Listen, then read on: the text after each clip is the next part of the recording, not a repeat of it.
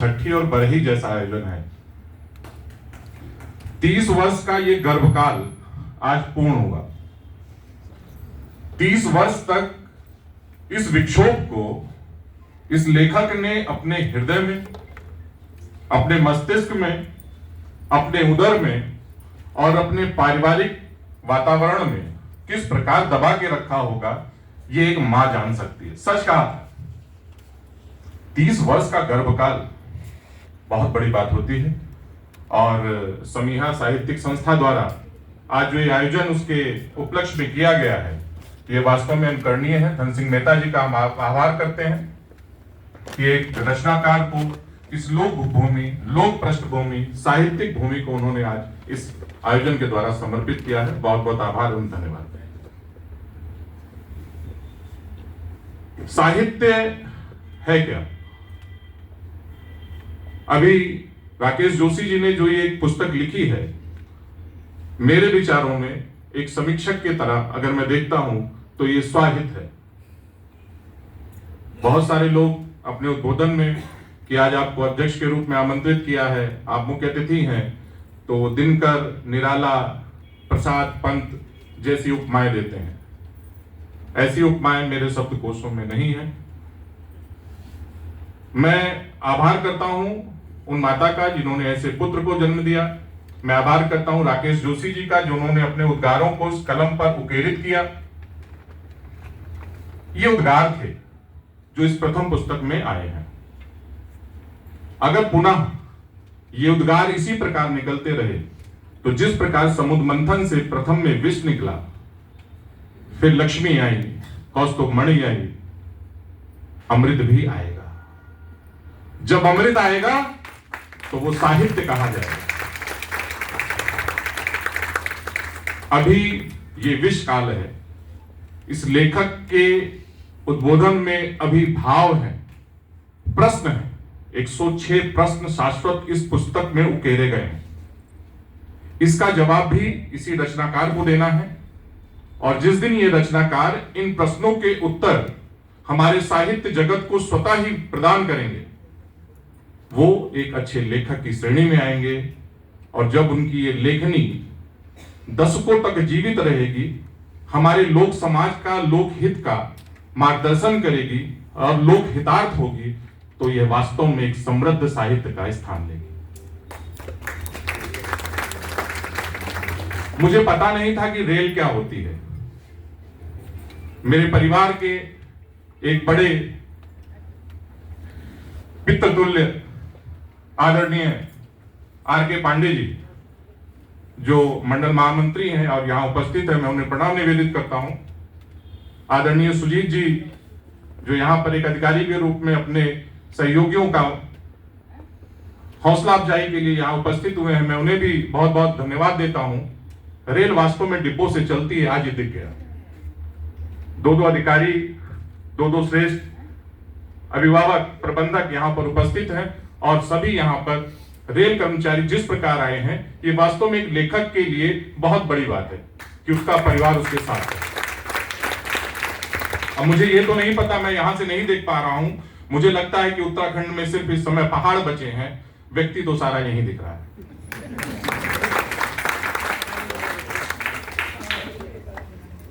लेखक जब लोकहित लिखता है तो वह साहित्यकार होता है।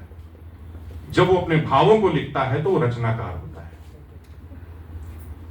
बहुत सारे लोग लिखते हैं, बहुत सारे लोग पढ़ते हैं, और उससे भी ज्यादा लोग ऐसे हैं जो ना लिखते हैं और ना पढ़ते हैं।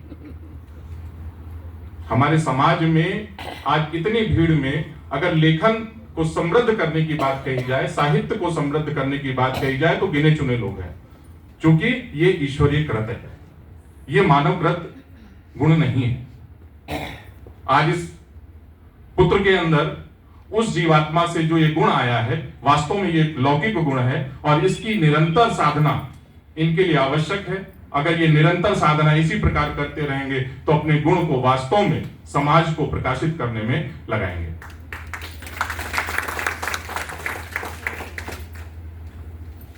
सरोज जी मेरी पूर्व परिचित हैं। स्वर कोकिला की उपाधि उनको कई कार्यक्रमों में भी दी गई है, यहां भी आपने उन्हें सुना। ये एक साधक है, इनकी साधना को मैंने देखा है, निरंतर साधनारत। और आज इन्होंने उस साधन को उस साधिका के रूप में जिस प्रकार समाज को दिया है वह अतुलनीय है। वंदना जी ने अपनी कविता प्रस्तुत की, अपनी पारिवारिक जिम्मेदारियों का निर्वहन करते हुए उन्होंने उसको साधा है। राकेश जी के द्वारा भी अगर ये साधना निरंतर चलती रही तो ये वास्तव में, जैसा अभी कहा कि 30 प्रवचनाएं हमको अगले वर्ष प्राप्त होंगी, तो अवश्य ही निसंदेह प्राप्त हो सकती हैं। पुस्तक पर आते हैं, छंद नहीं है, मात्राएं नहीं है, लय नहीं है, कोई प्रबंध नहीं है, लेकिन फिर भी बहुत सुंदर है, क्योंकि भावों को लिखा गया है। 106 प्रश्नों को उकेरा गया है इस प्रश्न में।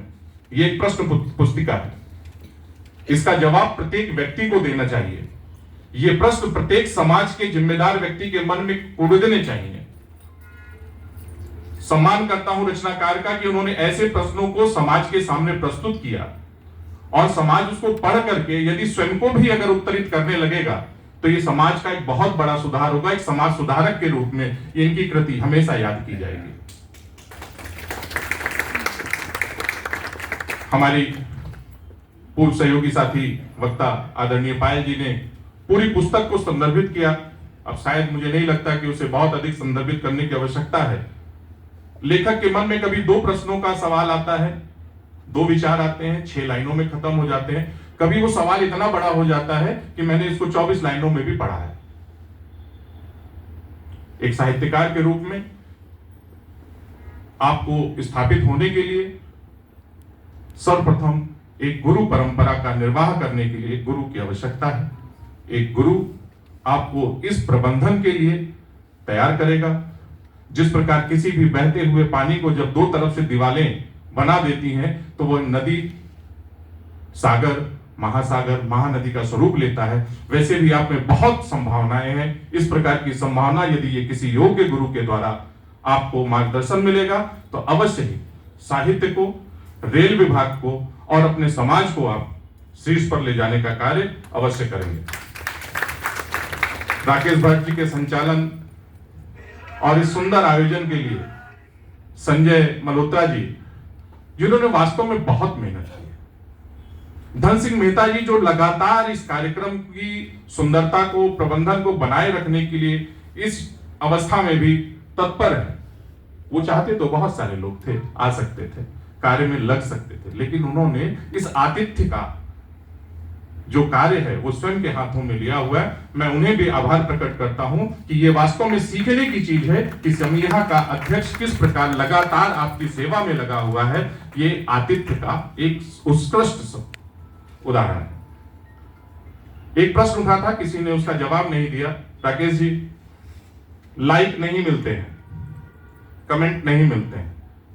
लेखक लाइक और कमेंट के लिए कभी नहीं लिखता है। जब लोक संस्कृति की बात होती है, लोक हित की बात होती है, तो सिर्फ आवाज उठाई जाती है। दर्द कहीं भी हो वो वहां पर चमक ले ही लेता है, लोग उससे जुड़ जाते हैं।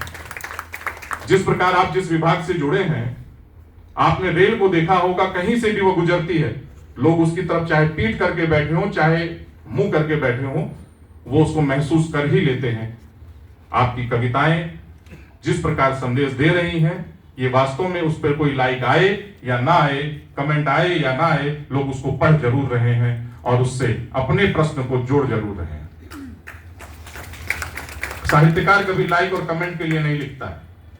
साहित्यकार समाज को मार्गदर्शित करने के लिए लिखता है। सदैव ही ट्रैफिक वाला, चाहे उस पर एक भी गाड़ी हो अथवा ना हो, वो अपने समय के हिसाब से अपनी गाड़ियों को भेजता है। ट्रेन में पैसेंजर्स हो चाहे ना हो, ये स्टेशन मास्टर की जिम्मेदारी है कि गाड़ियां समय से चलें। तो साहित्यकार और एक रेल के अधिकारी, कर्मचारी होने के नाते आपके अंदर ये जो गुण है, आपको लाइक और कमेंट की कभी इच्छा नहीं करनी है। ये इसी प्रकार चलती रहेंगी। कभी आपका स्टेशन भी महाकुंभ का स्टेशन अवश्य बनेगा।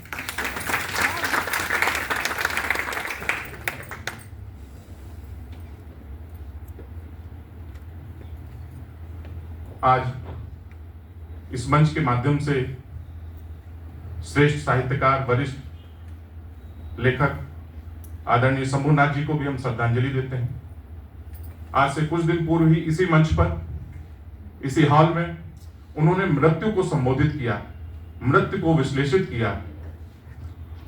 विश्लेषित करते करते उन्होंने अपना सिर इसी टेबल पर रखा और वो मृत्यु के साथ चले गए। श्रद्धांजलि सहित उन्हें प्रणाम निवेदित करते हैं, नमन करते हैं। ईश्वर ऐसी शुद्धात्मा को अपने श्री चरणों में स्थान दे। ऐसे ही कार्यक्रम यहाँ पर होते रहें। रचनाकार अपनी रचनाओं को समाज के लोक हितार्थ लिखता रहे, इस भाव से कि उसे अपने मन के भाव नहीं लिखने हैं, उसे लोक का भाव लिखना है। ये भावना हमें अपने अंदर पैदा करनी है, ये भावना हमें अपने अंदर जिंदा करनी है। इस प्रकार हमारी युवा पीढ़ी आगे भी आती रहे, आगे साहित्य को समझती रहे। ऐसे कार्यक्रमों में यदि हम अपने बच्चों को भी लेकर आए तो ये समाज के लिए एक बहुत बड़ा योगदान होगा। आज मुझे नहीं लगता कि धन सिंह मेहता को या संजय मल्होत्रा को साहित्य समझाने की जरूरत है। आदरणीय पांडे जी को, यहाँ उपस्थित सभी वरिष्ठ जनों को, सुजीत जी को साहित्य बताने और कहने की चीज नहीं है। लेकिन हाँ, अगर आज हमारा युवा यहाँ पर होता है, विद्यार्थी यहाँ होते हैं, तो इन संबोधनों से उनका मार्गदर्शन होता है और वो राष्ट्र के प्रति एक सकारात्मक सोच लेकर के आगे बढ़ेंगे। ऐसी मेरी कामना है कि आगे के कार्यक्रमों में आप सभी यथासंभव जितना हो सके युवाओं को भी आगे लाएं और समाज को मार्गदर्शित करने में अपना यथा सहयोग जो भी हो सकता है उसे पूर्ण सहयोग के रूप में प्रदान करें। इन्हीं शब्दों के साथ मैं अपनी वाणी को विराम देता हूं। आभार प्रकट करता हूं इस मंच का, आभार प्रकट करता हूं आयोजन का और बहुत सारी शुभकामनाएं देता हूं इस रचनाकार को कि एक श्रेष्ठ रचनाकार के रूप में राकेश जोशी जी हमारे बीच सदैव बने रहेंगे। ये कलम इनकी यहाँ नहीं रुकेगी, चाहे वो लखनऊ का बलरामपुर गार्डन का कार्यक्रम हो, चाहे दिल्ली के कार्यक्रम हो, ये कलम, ये आवाज हमें सुनाई देती रहेगी। धन्यवाद।